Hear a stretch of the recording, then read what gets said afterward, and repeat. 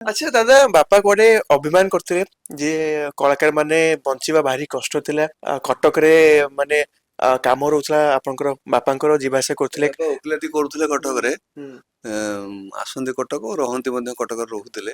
ତ ସେତେବେଳେ ସେ ଦେଖିଥିଲେ ସାମୁଏଲ ସାହୁ, ହେମନ୍ତ ଦାସ ଆଉ ପୀର ବାବୁ ବହୁତ ଭଲ ଲୋକ, ମାନେ ହୁଁ ଭଲ ପଇସା ବାଲା।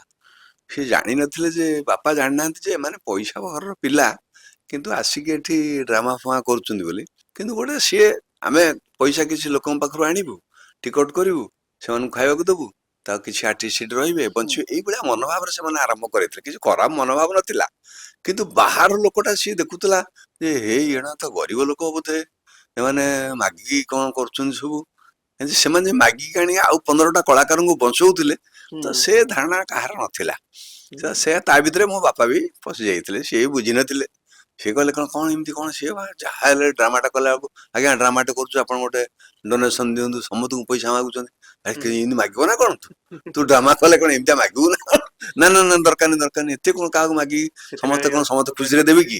ସମସ୍ତେ ଇଆଡୁ ସିଆଡୁ କହିବେ, ସେଟା ଭଲ ଲାଗିବନି ଆମକୁ, ସେଟା ସେ ଲାଇନ କି ଯିବାର ନାହିଁ, ଏମିତିଆ ପାଇଁ ବିରକ୍ତ ହଉଥିଲେ।